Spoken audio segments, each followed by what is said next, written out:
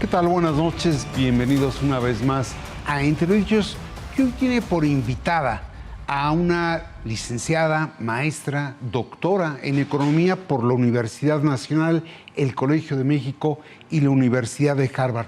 Una mujer que ha sido profesora e investigadora en el Colegio de México, fue secretaria de Economía, fue también vicepresidenta del Instituto Nacional de Estadística y Geografía, institución que ahora preside y que acaba de aportar una información relevante para los propósitos sociales, naturalmente el abatimiento de la pobreza. Se trata desde luego de la doctora Graciela Márquez, a quien le doy la más cordial bienvenida. Muchísimas gracias, René. Buenas noches a ti y a tu auditorio. Me da mucho gusto estar con ustedes, sobre todo para cumplir con una de las funciones del INEGI, que es difundir información, no solamente generarla, sino hacerla llegar. Divulgarla. Exactamente. Déjame empezar antes de entrar a los datos sobre pobreza, por lo que fue de algún modo un cierto desafío para ustedes.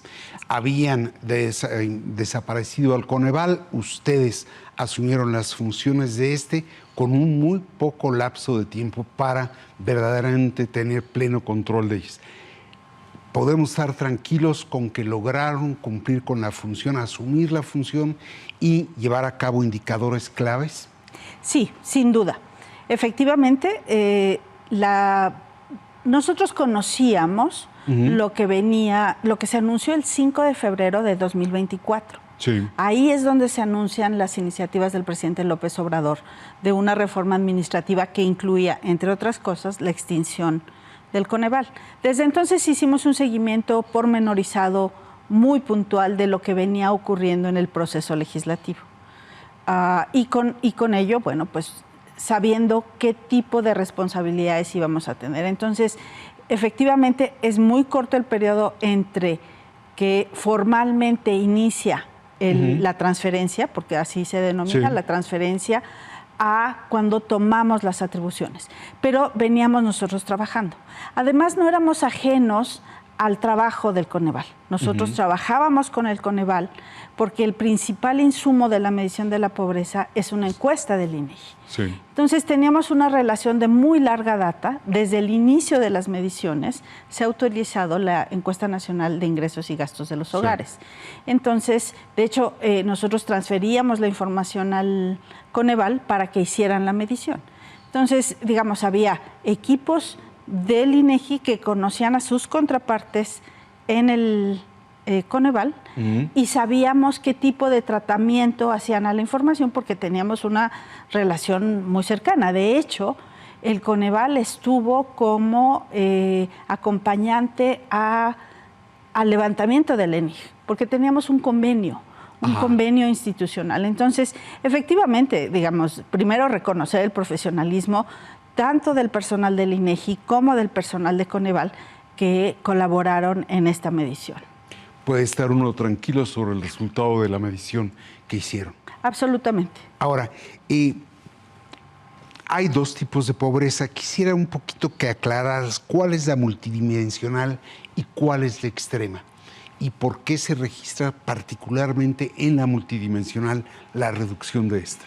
Mira, lo primero a decir, y es algo que creo que no se ha enfatizado lo suficiente, es que el resultado no debería sorprendernos tanto, porque ya teníamos una serie de mediciones en otros instrumentos estadísticos que nos decía que estaba subiendo el ingreso de la población. Así nos los indica la ENOE, la Encuesta Nacional de Ocupación y Empleo, que estaba bajando el empleo y que estaban aumentando los salarios porque había aumentado el salario mínimo y el salario medio se movió, aumentó. También nos los reportó los censos económicos de 2024 que dimos a conocer también en julio. Y ahí también nos reportó un incremento en las remuneraciones medias.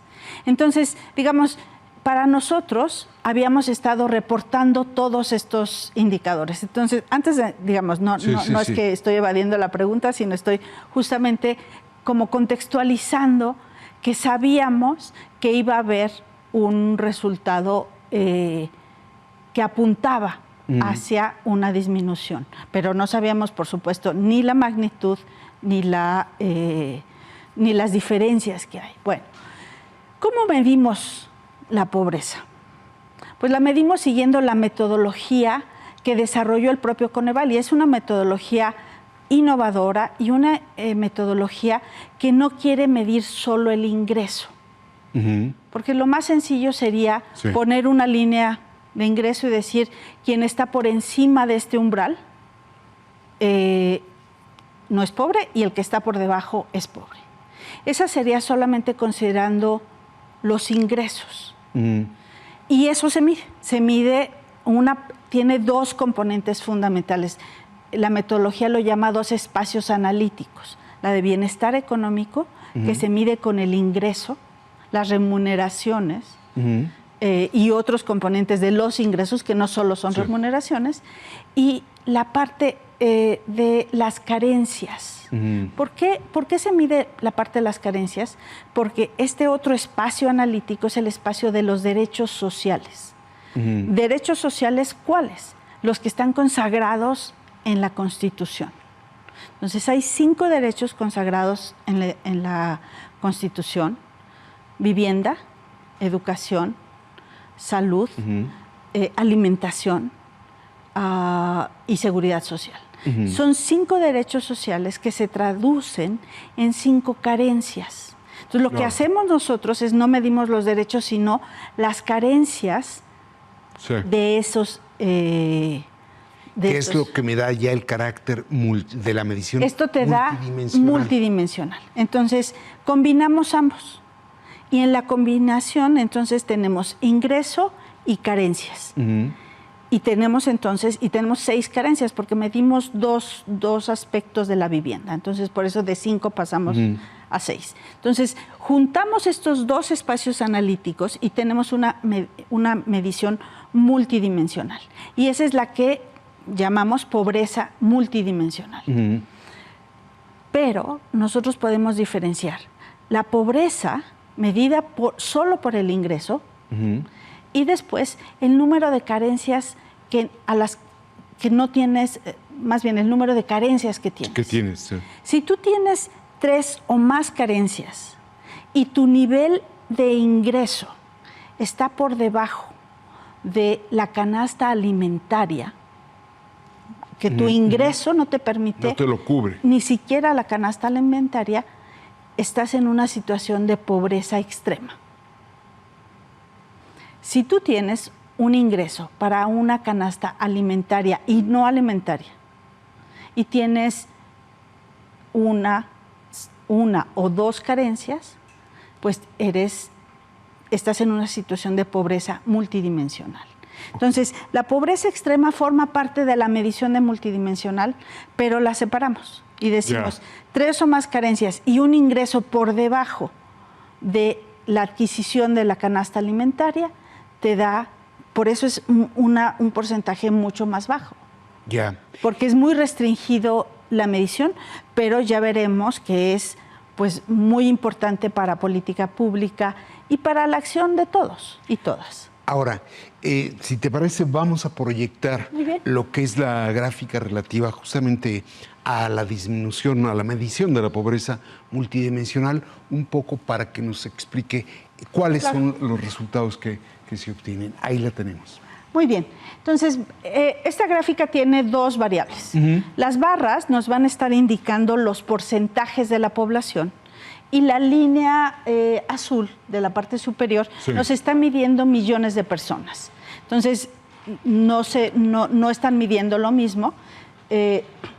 Están midiendo la pobreza multidimensional, pero en su fase de millones o de porcentaje de la población. Y lo que estamos observando es, por una parte, en la barra que corresponde a 2024, 24.2% de la población en el país está en pobreza moderada, aquella que es multidimensional pero que no es extrema, 24.2%. Y 5.3% es extrema. Sumados nos va a dar la cifra que hemos estado escuchando en días recientes del 29.6% de la población. Aquí no suman por redondeo, pero es 29.6% de la población en México se encuentra en pobreza multidimensional. Ok. Ahora, ¿eso cuánto se traduce en personas? Millones de personas. La gráfica nos dice 38.5 millones de personas se encuentran en pobreza multidimensional. Que es una cifra que ya nos debería hacer pensar. claro, sí, pero como quiera que sea, la buena noticia es la reducción del número de millones de personas, 13.4, lo digo en cifras redondas, millones de personas que salieron de allí. ¿Cómo explicarse esa reducción? Pues ya decíamos que tenemos los dos componentes, ¿no? El componente ingreso, el componente de carencias. Bueno, ¿por qué no los explicamos? Porque hemos venido viendo un aumento consistente en los salarios mínimos. Y ese salario mínimo, pues es un salario faro que empieza a aumentar a otros salarios. Pero también hemos visto una disminución en la inflación, lo cual hace que el poder adquisitivo de los ingresos pues se mantenga y por tanto no puedan las personas adquirir con el ingreso que tienen bienes y servicios para su subsistencia. Entonces, ese es un componente muy importante. Y el otro componente son cómo se comportan las carencias. Y observamos que en todas las carencias hubo reducción. Entonces, por una parte tienes aumento en los ingresos y por otra parte reducción de las carencias. El resultado tiene que ser una disminución de la pobreza multidimensional. ¿Quieres que de una vez vayamos proyectando lo relativo a las carencias? Seguro. Vamos a colocarla ahí. Ahora, hay quienes quieren sugerir que esto no es producto de la política salarial, sino producto de la política social, en particular derivado de los programas sociales que dan dinero a la gente. ¿Esto es cierto? ¿Esto es falso? ¿Esto es relativo? Suma, digamos. No podríamos decir que el ingreso o los beneficios que se reciben de programas sociales va en contra de reducción de la pobreza. Por supuesto que es un factor que contribuye, pero el que contribuye más es el ingreso. El determinante es el ingreso. El determinante es el ingreso. Entonces, si el porcentaje de tus ingresos que forma parte, la parte más importante para la adquisición de estas canastas, pues es el ingreso y ese aumentó. Sí, esa ¿no? Es. Ahora, ¿qué parte del ingreso son las transferencias? Las transferencias por programas sociales. Sí. No supera el 16%. El factor determinante es el ingreso. Exacto. Ahora, es la remuneración por trabajo. Sí. Y por tanto el salario. Claro. Entonces, si aumenta el salario, aumenta el ingreso. Aumenta el ingreso. También aumentó el ingreso porque aumentaron transferencias sociales derivadas de los programas públicos. Ahora, ahí está la gráfica, ya lo están proyectando, de el comportamiento de las carencias. Entonces, lo que vemos en la gráfica son 6 carencias. Empezamos con rezago educativo, carencia por acceso a servicios de salud. Ahora me voy a detener en cada una. Sí. Carencia por acceso a seguridad social, carencia por calidad y espacios de la vivienda, carencia por acceso a los servicios en la vivienda y carencia por acceso a la alimentación nutritiva y de calidad. Todos estos, recordar, son derechos sociales consagrados en la Constitución. Bueno, si observamos el comportamiento de todas y cada una de estas carencias, en diferente color cada una, entre 22 y 24, todas disminuyeron. Es decir, todas tuvieron una mejora en el ejercicio del derecho. Sí. Por eso baja la carencia. Veamos, por ejemplo, que unas disminuyen más que otras y, por supuesto, en el caso de rezago educativo, pues veamos que está disminuyendo muy lentamente el rezago educativo. En el caso de carencia de la salud, pues habíamos visto un incremento en mediciones anteriores en buena parte llevadas por la pandemia o acrecentadas, diría yo, por la pandemia de la COVID-19. Pero la medición de 24 nos arroja un 34.2%, que es una carencia menor que en 22. Pero a mí me gusta llamar la atención sobre la carencia más alta. Sí. Seguridad social. El acceso. Seguridad social es la carencia más alta. Estamos en 48.2% de la población. Casi la mitad de la población tiene carencia en acceso a la seguridad social. ¿Esto se traduce en qué? En los niveles de informalidad del mundo laboral mexicano. Ya. Ahora, tú has dicho que la importancia de la medición de la pobreza multidimensional es que permite trazar rutas.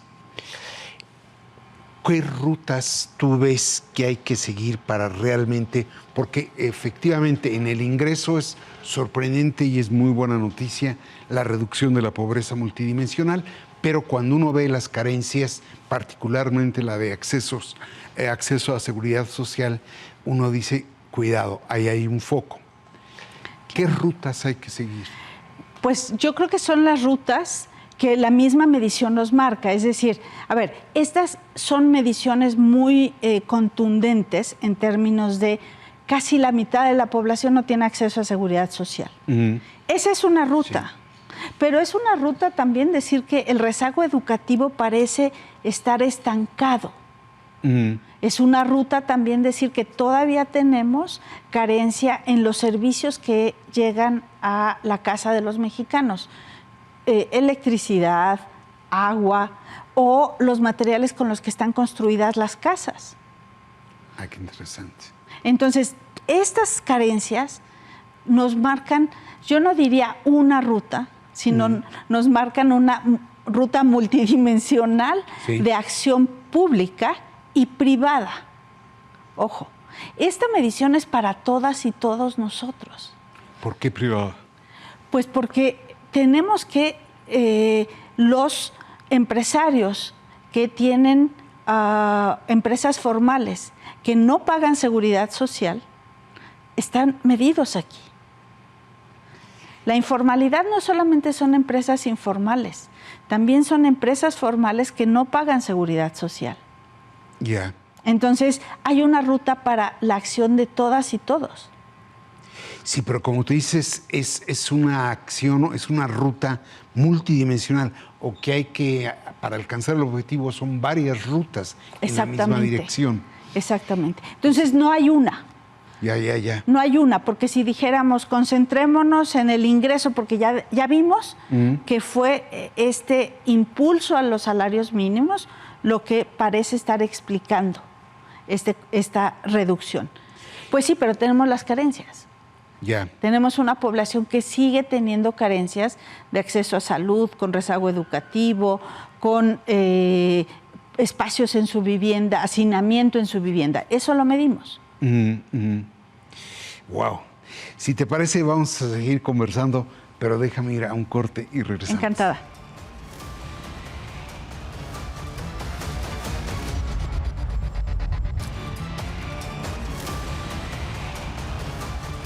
Pues estamos ya de vuelta con la doctora Graciela Márquez, presidenta del Instituto Nacional de Estadística y Geografía, quien acaba de dar una buena noticia hace unos días, que es el relativo a la medición y reducción de la pobreza multidimensional. Ahora, hay algo que llama poderosamente la atención. ¿Cómo es que puede mejorar el ingreso cuando el crecimiento pareciera estancado? Hay una redistribución de ese ingreso. Es decir, no estamos midiendo el crecimiento económico. No. Estamos midiendo el dinero que llegó a los bolsillos de los distintos grupos de la población en México. Y esa distribución, pues resultó que llegó a los deciles más bajos. Y eso está probado en la encuesta, que es la fuente de esta medición. Claro. En la encuesta Ingresos y Gastos de los Hogares, entre 22 y 24 aumentaron el ingreso de todos los deciles, excepto el decil más alto. Lo que estamos viendo es que se redistribuyó el ingreso. Entonces, es cierto, el pastel no creció, como suelen llamarle al crecimiento, el pastel no creció, pero las rebanadas de pastel que le tocó a distintos grupos aumentó. Y eso hace que aumente en promedio. Ahora, ¿y no hay el riesgo de que si el pastel mantiene la misma talla, el mismo volumen, cada vez las rebanadas sean más chicas y se esté distribuyendo el no crecimiento? Ahí sí, esa pregunta no te la voy a contestar porque en el INEGI medimos, no proyectamos hacia adelante, ¿no? Es decir, lo que nosotros hacemos es retratamos la realidad. Entonces, si el pastel crece o no crece en el futuro, ten la seguridad que lo vamos a medir y vamos a medir su efecto en los niveles de pobreza multidimensional. Eso es muy interesante. Lo que toman son fotografías. Es correcto. No necesariamente hacen diagnósticos. Es un diagnóstico porque es una fotografía, sí, pero momento. No. Nosotros lo que hacemos es entregamos esta información que es muy valiosa y decimos aquí está en 2024. De hecho, hoy es 2025. No sabemos cómo es hoy la pobreza multidimensional. Esto es la fotografía de 2024. Esto es un logro, pero nada dice que se pueda sostener Lo sabremos cuando se vuelva a medir. Exactamente. Ahora, hay otra cosa que me llamó la atención de la medición de la pobreza, que es cuando uno ve ya no el país en general, sino cuando lo ve por entidades. Si te parece, voy a pedir que proyecten la gráfica relativa a pobreza por entidades, pobreza multidimensional.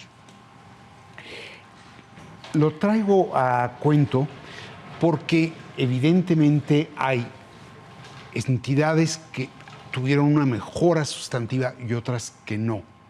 Yo creo que la gráfica que están viendo los televidentes, a mí me gusta mucho porque nos hemos concentrado en los últimos días en hablar de los promedios nacionales. Sí. Y como decía un autor de principios del siglo XX, hay muchos Méxicos. Sí.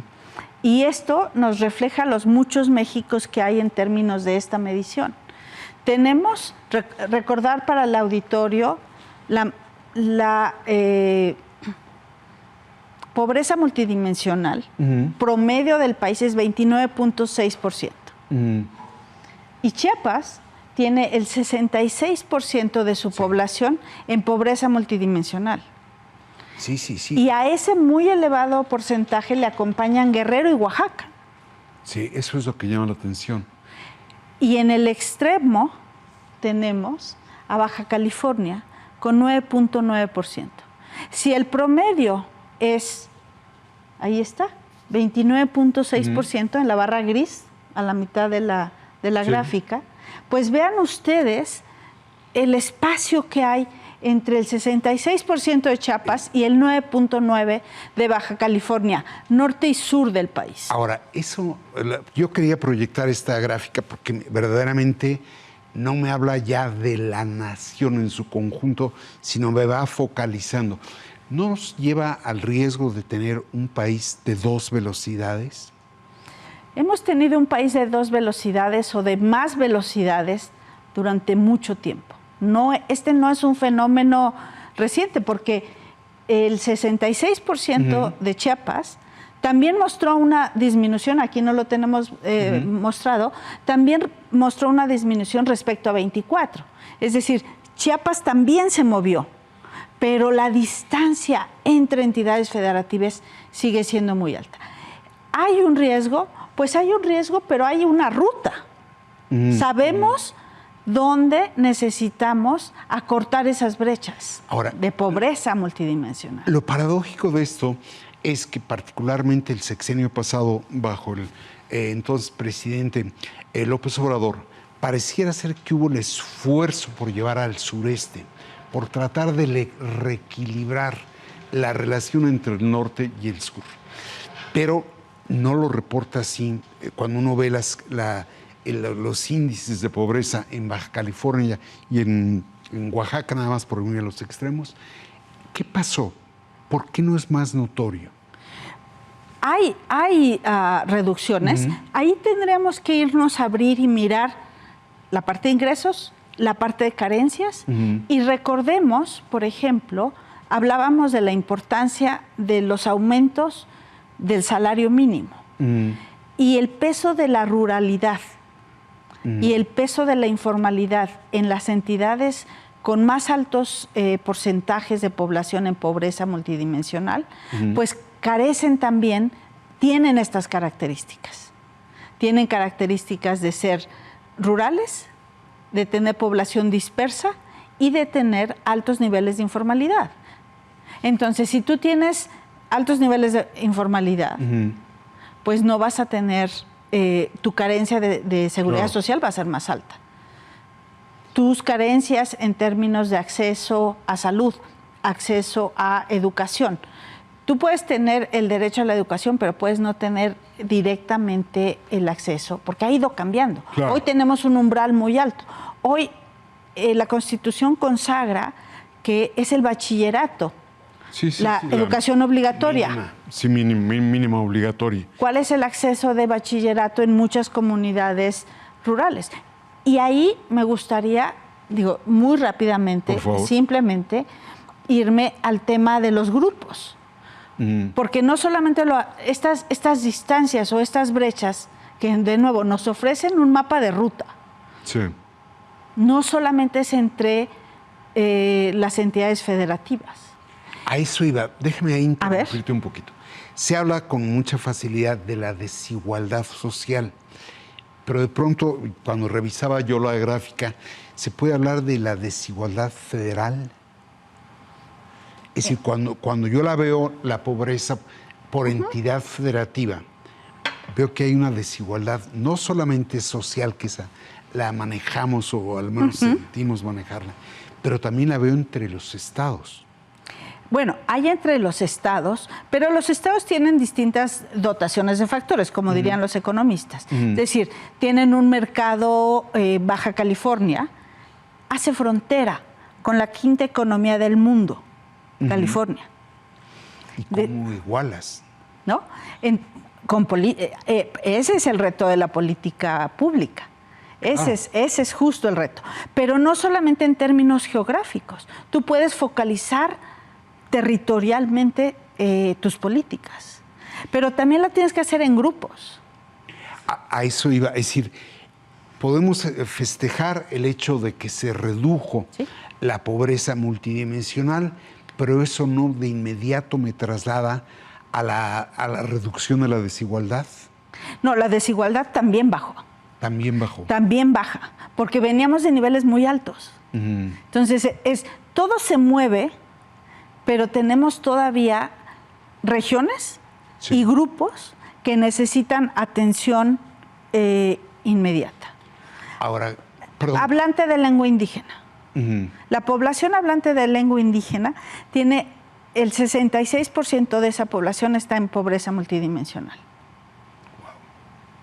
Que es lo mismo que Chiapas. No es casualidad que Chiapas y este grupo de todo el país tiene casi el mismo porcentaje que Chiapas. Entonces, sí hay reducciones. Hay una reducción en la pobreza, ni duda cabe. Hay una reducción en la pobreza extrema, ni duda cabe. Lo que muestra la medición es las áreas donde hay que trabajar. Sí, que son las rutas que tú decías. Exacto. Ahora, ¿yo puedo explicarme esta reducción sobre la base del ajuste al modelo que se llevó a cabo, que se ha llevado a cabo desde el sexenio pasado? Esa es, de nuevo, toca a los analistas como tú y como tus televidentes, analizar los temas. A nosotros nos toca hacer la medición y nos toca decir, aquí está la agenda.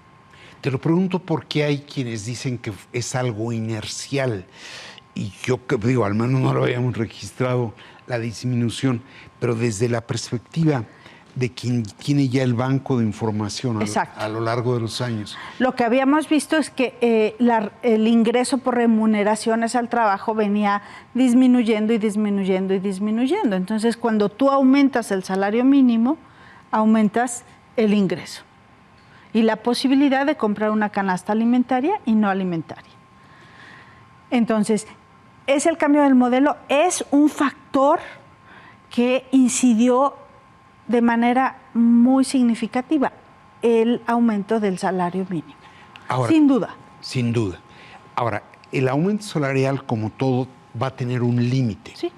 No podrá seguir siendo el factor que de algún modo disminuya la pobreza. ¿Qué hacer? A ver, en la gráfica de los estados, tenemos 13 estados en la República Mexicana que tienen un nivel de pobreza extrema menor al 2% de su población. O sea, prácticamente no hay pobreza extrema en estos estados. ¿Qué es lo que te demuestra que sí se puede? Sí. ¿No? Que casi la mitad del país me estás hablando. 13 estados tienen nivel de pobreza extrema menor al 2%. Ya. Empezando por la Ciudad de México, que tiene 1,8%, y Baja California, de nuevo, con 0.4%. Wow. 0.4%. ¿Esto qué quiere decir? Que tienes que mirar qué hay en esos estados. Pues hay empleo. El salario mínimo, además, no solo aumentó. ¿Recuerda el programa de la Frontera Norte, donde se duplicó el salario mínimo? Sí, claro. Bueno, ¿cómo podemos explicar Baja California con 0.4% de pobreza extrema? Si no es por una intervención pública en torno a los ingresos. Es cierto, va a tener ya cada vez más, va a ser más difícil que solo ese factor pueda incidir. Pero ya tenemos todas las carencias, ya tenemos todo lo demás.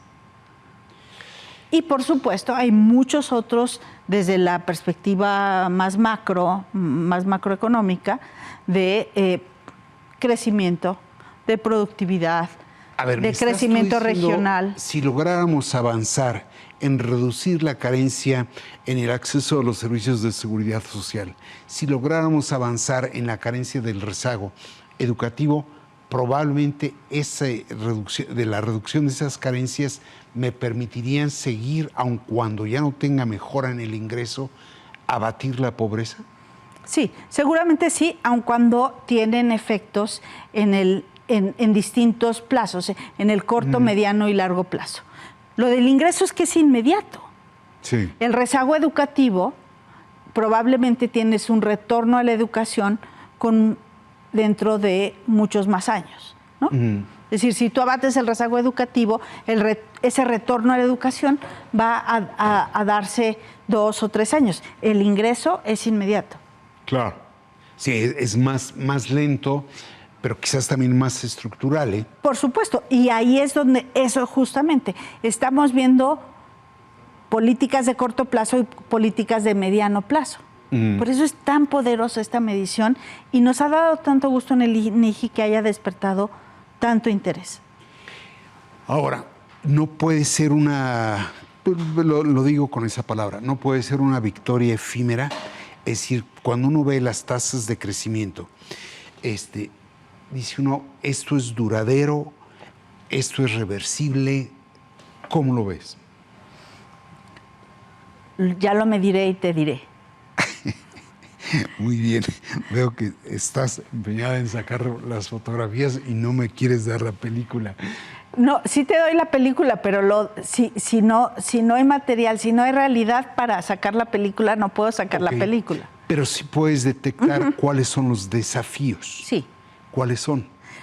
Los desafíos son las brechas, o sea, las brechas entre rural y urbano, entre población hablante de lengua indígena, entre afrodescendencia, entre el sur y el norte, entre estados que no han logrado insertarse a dinámicas de crecimiento, a dinámicas de formalidad, de acceso a crédito. Ya vienen todos los demás componentes del crecimiento, ¿no? Y otra pregunta más.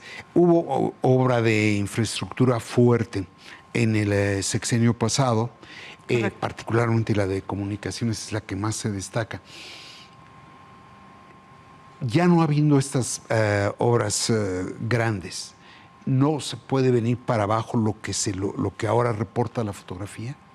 Mira, ahí yo siempre, es cierto, estas obras del sector público son muy importantes, pero aquí hay que recordar que el grueso de la inversión en el país es privada. La pública es de 4% del PIB. Sí. La privada es del 20%. Ahí está. Y ahí... Entonces, por eso yo decía que acá también el sector público tiene una participación.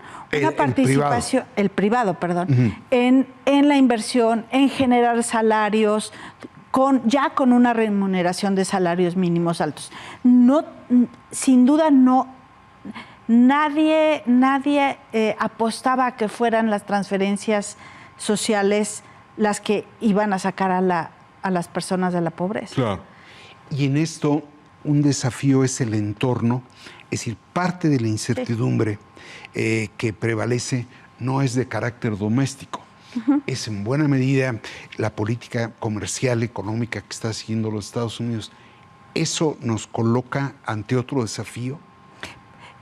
Es relativo, porque si tú lo miras a nivel global, México está mucho mejor posicionado que muchos otros países del mundo, incluso en esa política de incertidumbre de aranceles, sí, ¿no? Digamos, seguimos teniendo un tratado comercial con los Estados Unidos de una envergadura que no tiene parangón ni siquiera con los europeos. Entonces, en un mundo donde se está transformando, México está bien colocado. Sigue siendo una economía abierta, sigue teniendo un sector manufacturero de muy alta tecnología y sigue siendo un país exportador de agroalimentos y sigue siendo un país productor de alimentos. Ya, la última pregunta, y no doy más guerra. Obviamente a todos los gobiernos, lo acabamos de ver con Donald Trump justamente, a todos los gobiernos les gusta salir bien retratados. Y a veces se molestan, por eso mencionaba a Donald Trump, cuando el retrato, a su parecer, no les hace justicia y presionan, y en el caso de Trump incluso les pidió la cabeza. Las presiones del gobierno sobre el instituto te dan margen de maniobra, independencia, autonomía en la medición? A ver, las oficinas nacionales de estadística de todo el mundo, pues tenemos una misión: retratar la realidad con instrumentos estadísticos y, en el caso del INEGI, además, geográficos. Para los televidentes que no sepan, el presidente Trump despidió a la directora del Bureau of Labor Statistics, que medía el empleo en los Estados Unidos. México tiene una gran institución, y no es porque yo esté a la cabeza de ella, sino porque tenemos una institución autónoma para hacer la medición oficial de prácticamente toda la estadística del país. Entonces, la autonomía, recordar que el INEGI es un organismo autónomo con autonomía técnica y de gestión. ¿Eso qué quiere decir? Que nosotros diseñamos las estadísticas, nosotros sabemos cuál es el mejor método de retratar esa realidad y vamos y la retratamos. Somos mensajeros de buenas y malas noticias, porque así como damos a conocer la inflación, en los meses donde la inflación post-COVID crecía quincena a quincena, dimos esas noticias sin ninguna presión de ninguna naturaleza. Hoy estamos dando estas noticias y daremos estas, y hemos dado el viernes pasado dimos la del PIB del semestral, y damos la violencia, la percepción de violencia, la percepción de victimización de las empresas. Es decir, pueden confiar en el INEGI, en las mediciones del INEGI, porque los datos no son del INEGI y no son del gobierno. Claro. Son de los ciudadanos que contestan nuestras encuestas y de las empresas que contestan nuestras encuestas. Muy bien. No lo bajamos del internet. Muy bien. Pues te agradezco muchísimo la disposición y más la ilustración. Como desde luego le agradezco a los seguidores de El Financiero Televisión el hecho de acompañarnos aquí en Entredichos. Muchas gracias.